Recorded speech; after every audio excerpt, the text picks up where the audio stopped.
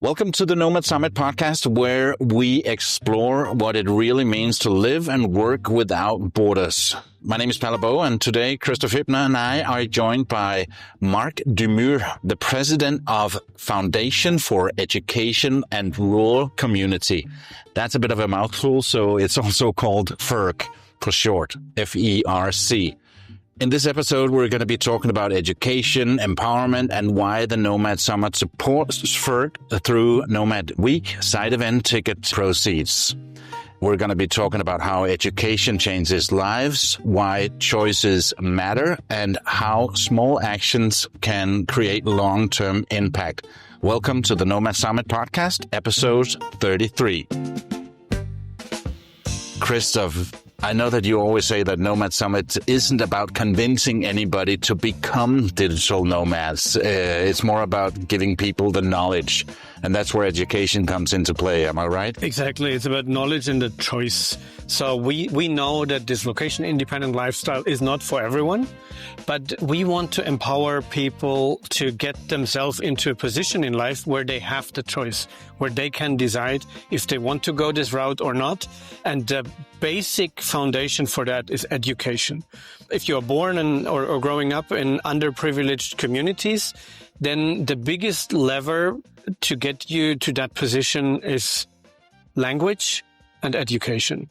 And that is why it is so important and meaningful for us to go and give back beyond what we create with the Nomad Summit and help to foster this education, especially there where it's needed most.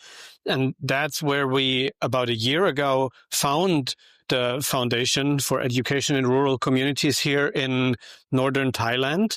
And we already made a donation happen based on what the community gave us earlier this year and decided to expand on that. And today we are joined by FERC's president, Marc. Welcome to this podcast. And Marc, you just got an ice cream. Yes.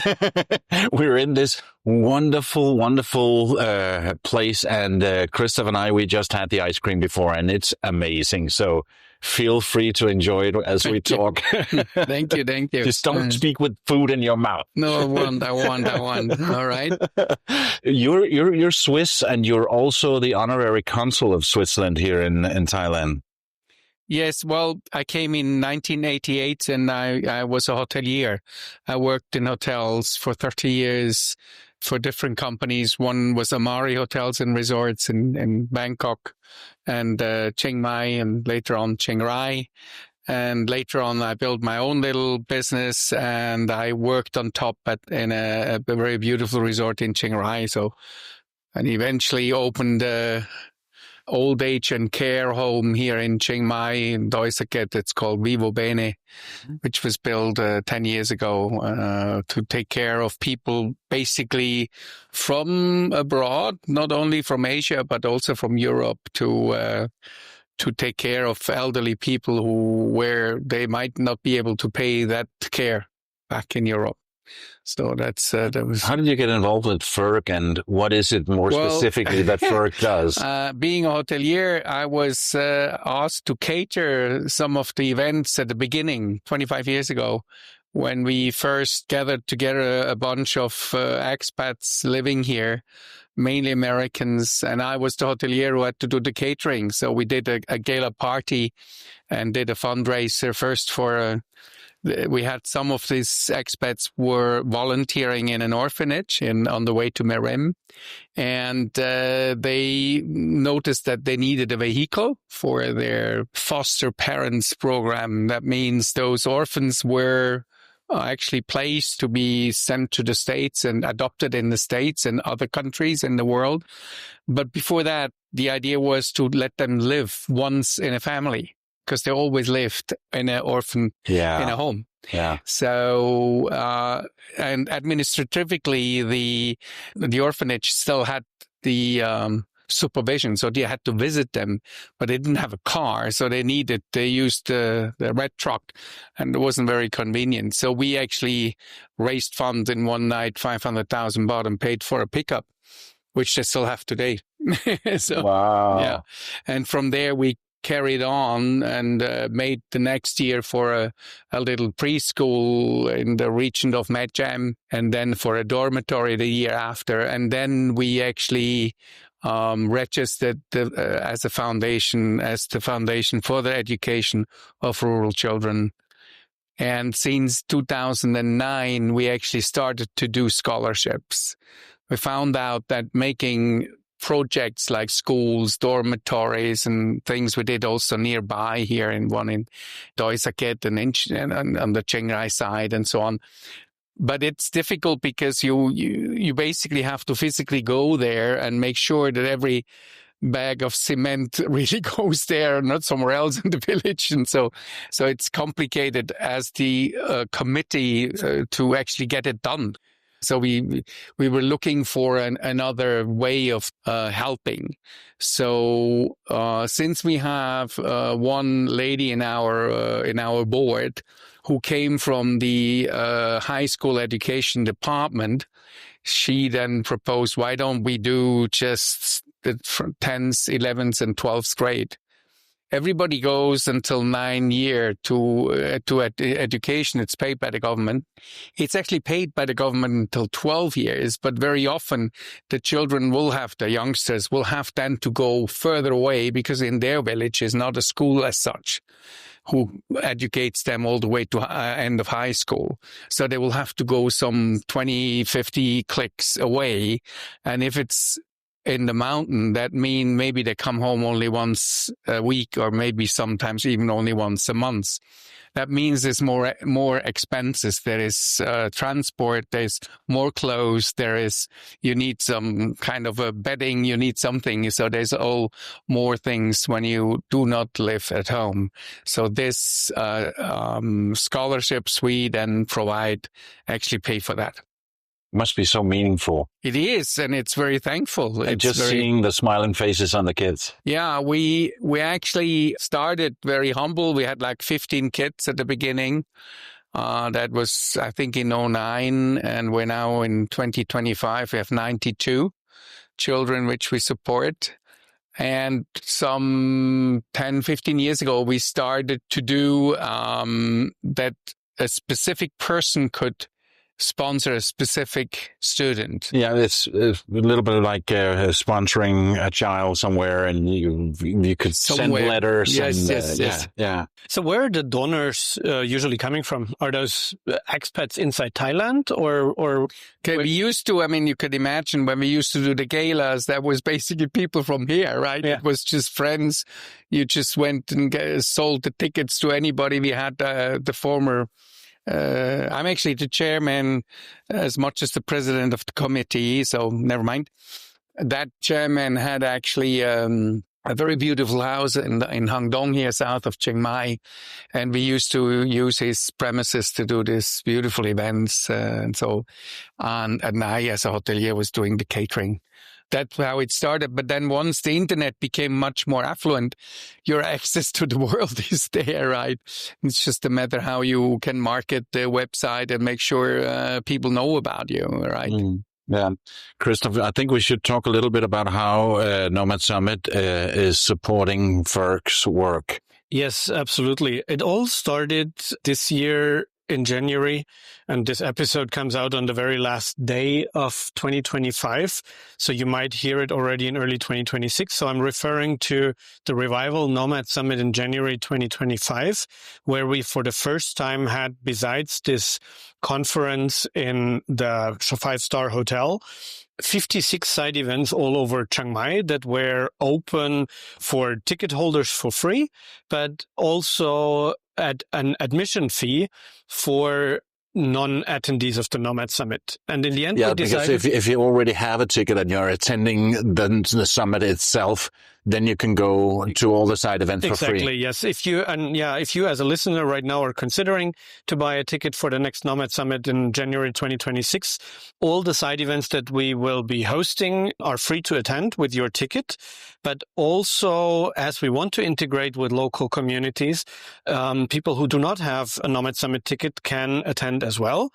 And in January 2025, we had a symbolic fee that we in the first place were intending to share with a host of these side events, but then in the middle of the process came up with the idea to offer them to, instead of getting a rather small payout, pool it in a donation that we would, as the organizers of the Nomad Summit, then match and double.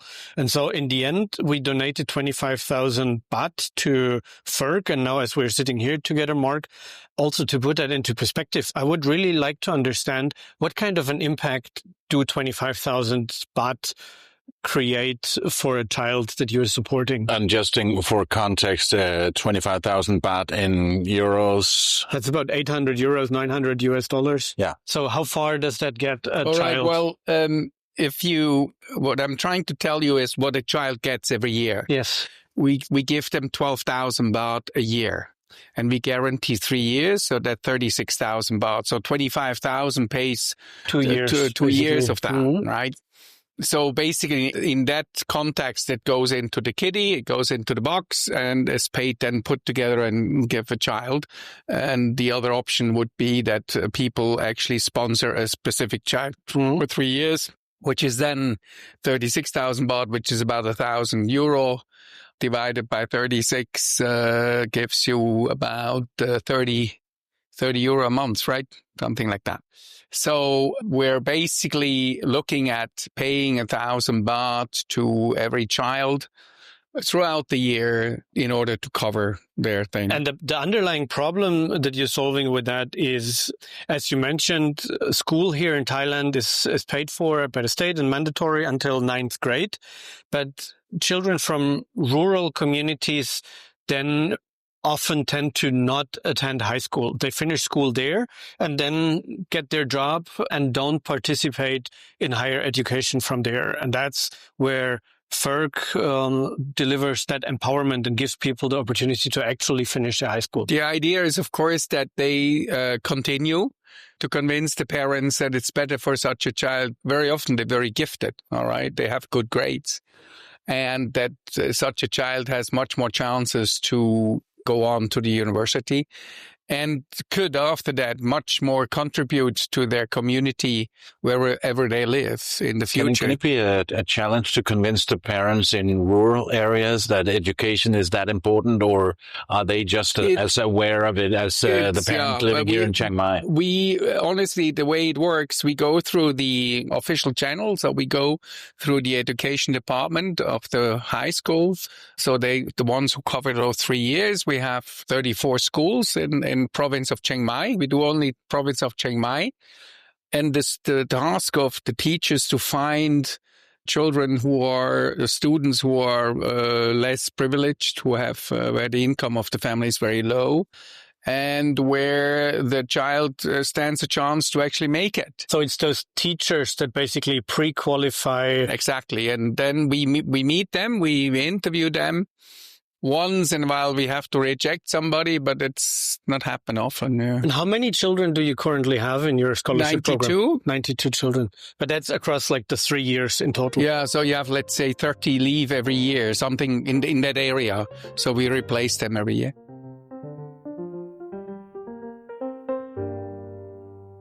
Do you have an example of where, in that specific case, we definitely changed a life?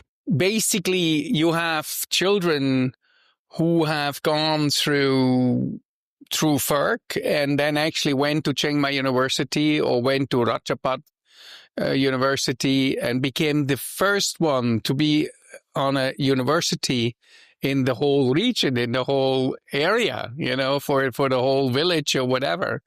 And they eventually go back then. Some become teachers. We had several who became teachers, English teachers, and in all sorts of, mainly on the Ratchapat side, which is a bit the teacher, which used to be the teachers' college.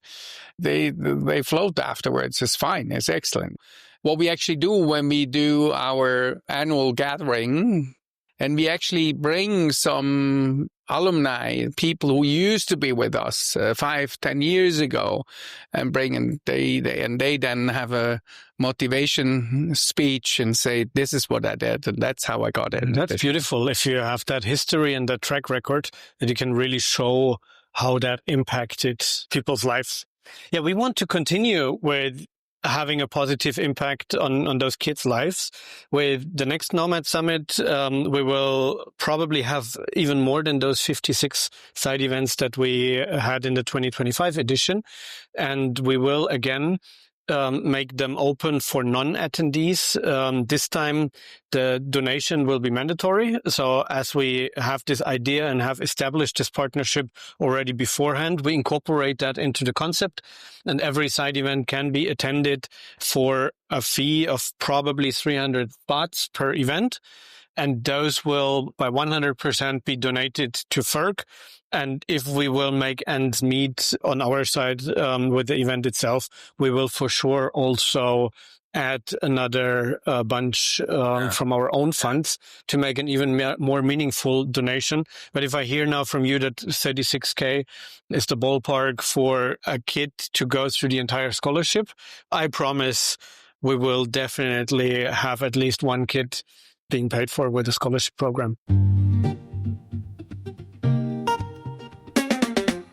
I just want you, Chris, to talk a little bit about what a side event is, because you and I, we know exactly what it is, but it can be anything. And Good people point. listening, if they are here or coming here to Chiang Mai and they want to do something about their specific topic, they can just do it. Yes, exactly. So the Nomad Week is basically an open platform for all our attendees. Everyone who got themselves a ticket for the Nomad Summit can, during that week, host whatever type of event they want. So imagine this as maybe from other conferences, the unconference part, where you pitch a topic that you want to talk about, where you want to gather people around.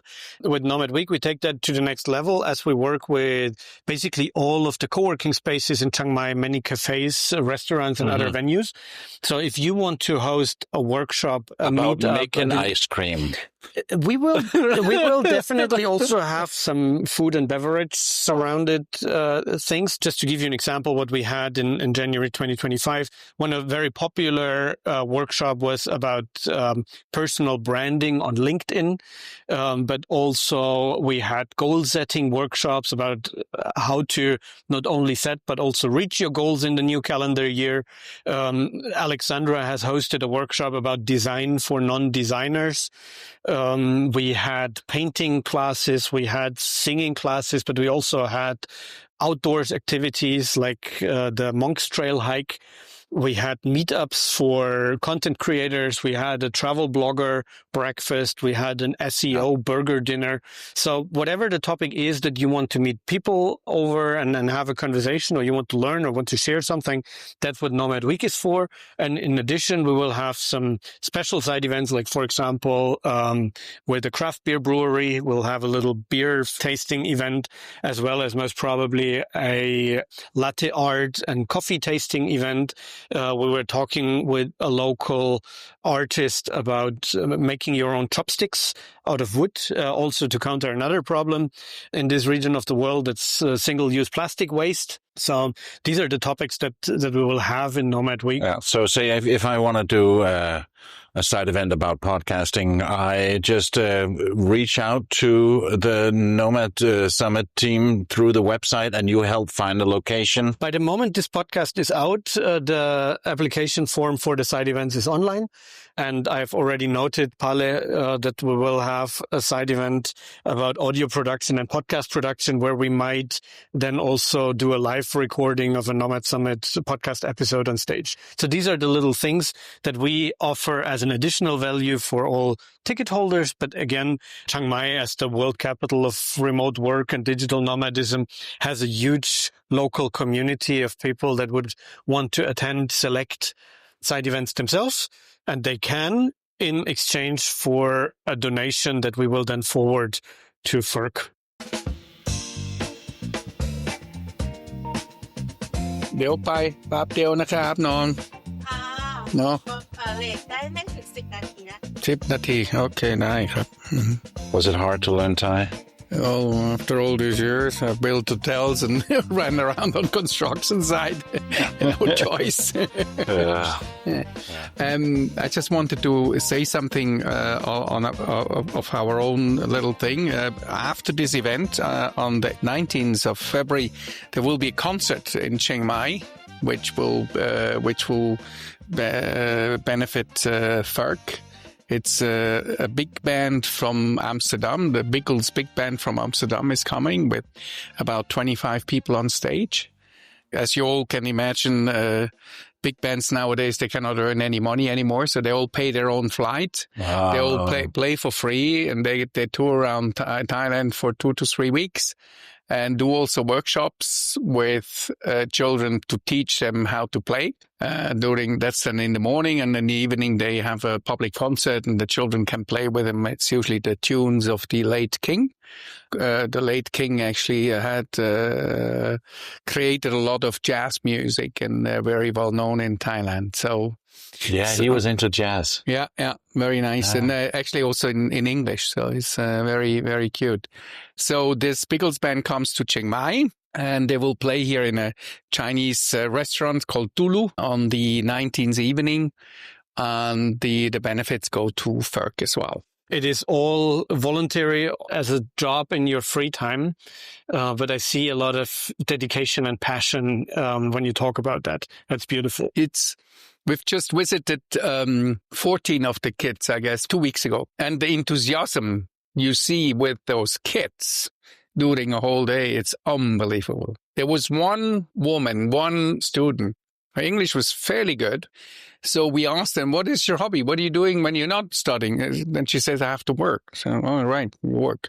And it's carried on. So we found out that her father had a stroke and is paralyzed, can't work. So the whole family is depending on her to actually earn money, to go through school and pull through the whole family, whilst others help as well, of course. But I mean, looking around, excuse me, a 16-year-old, I mean, you really have to go for it, you know.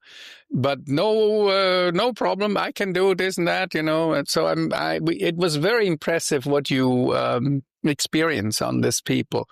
They have nowhere to stop. They just want to go. And of course, it would be very interesting to promote your event also to those who are actually in the area here. Some are, I mean, the province of Chiang Mai is very big. It's half the size of Switzerland, so it's big.